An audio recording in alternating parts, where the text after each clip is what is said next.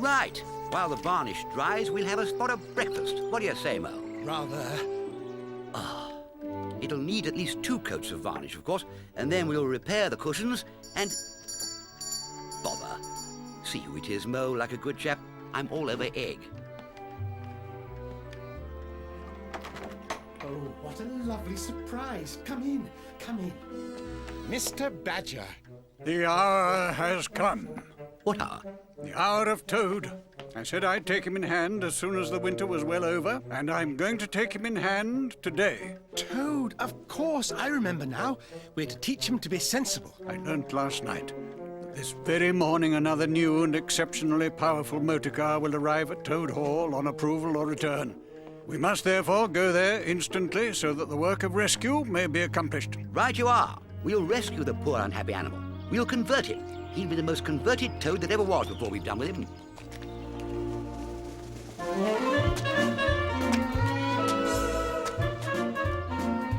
Hello, you fellows! You're just in time to come with me for a jolly... for a jolly... What? Take him inside. I say, steady on! What are you doing? Look! Now, wait! Mr. Toad has changed his mind. He will not require the car. Good day. Now then, first of all, take those ridiculous things off. Shut!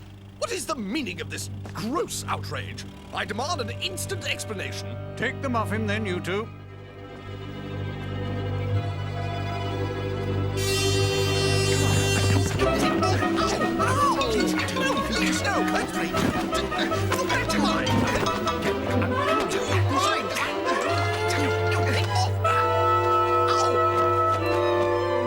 You knew it must come to this sooner or later, Toad.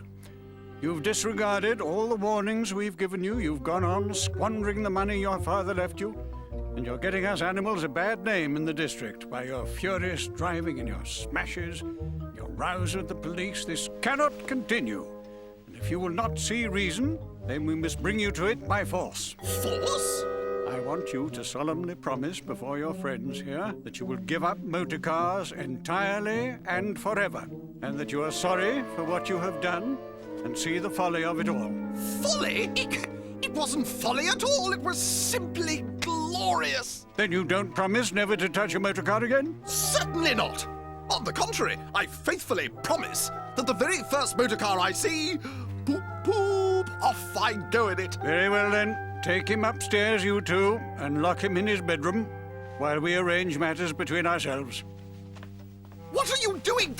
This is disgraceful. I demand... It's for your own good, Toady, you know. We'll stay with you until you've quite got over this painful attack of yours. Unhand me this instant. We'll take great care of everything for you till you're well, Toad, and we'll see your money isn't wasted as it has been. No more of those regrettable incidents with the police.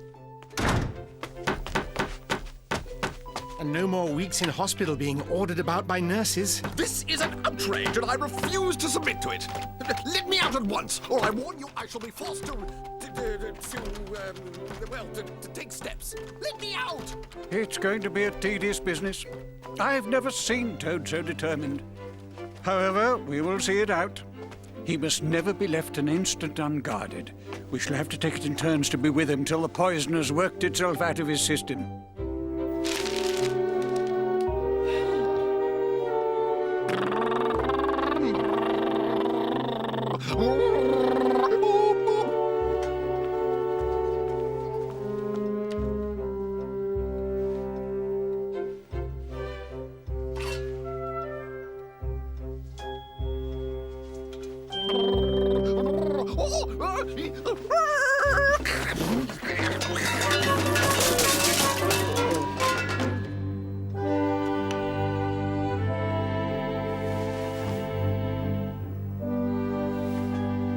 I have some business to attend to this morning, Rat, so I must be off.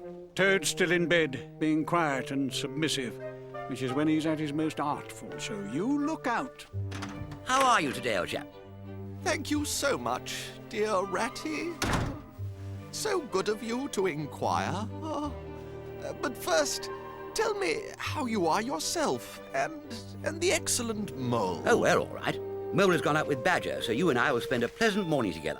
Now jump up, there's a good fellow, and don't lie there moping on a fine morning like this. Dear, kind Rat, how little you realize my condition, and how very far I am from jumping up now, if ever. But do not trouble about me. I hate being a burden to my friends, and I do not expect to be one much longer. Indeed, I almost hope not. Well, I hope not, too. You've been a fine bother to us all this time, and I'm glad to hear it's going to stop. I quite understand that you're tired of bothering about me, Ratty, but could I beg one last favor? Would you step round to the village as quickly as possible? Even now, it may be too late, and fetch the doctor. But please, not if it's a bother, not if it's too much trouble. Why? What do you want a doctor for? Surely you've noticed of late that... But no, why should you? Noticing things is only a trouble. Never mind, forget that I asked. Look here, old man, of course I'll fetch a doctor to you if you really think you want him, but you can hardly be bad enough for that yet. Let's talk about something else. I fear, dear friend, that talk can do little in a case like this. Or doctors either, for that matter. Still, one must grasp at the slightest straw. And by the way, I hate to give you additional trouble, but would you mind asking the lawyer to step up?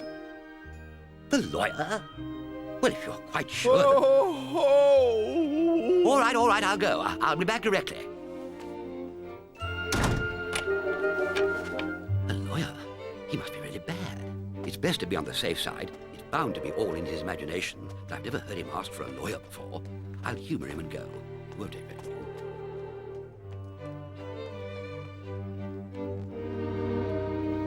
Ha ha ha ha!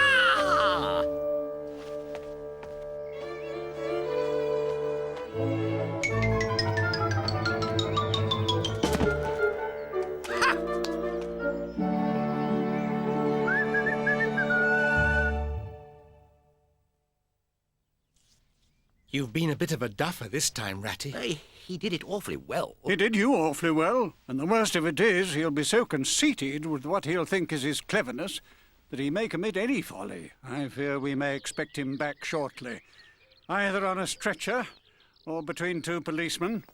Smart piece of work, that. Brain against brute force, and brain came out on top, as it's bound to do. Oh, poor old Ratty. I must take him in hand someday, see if I can make something of him. Ah! Good morning, landlord. I want the best luncheon that you can provide.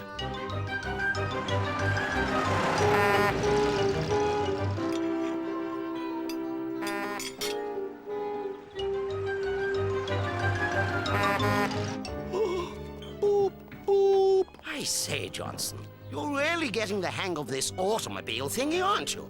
Jolly good. Thank you, sir. I was wondering about having a go myself.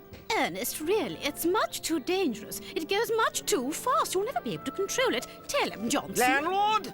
Landlord! Where the devil are you?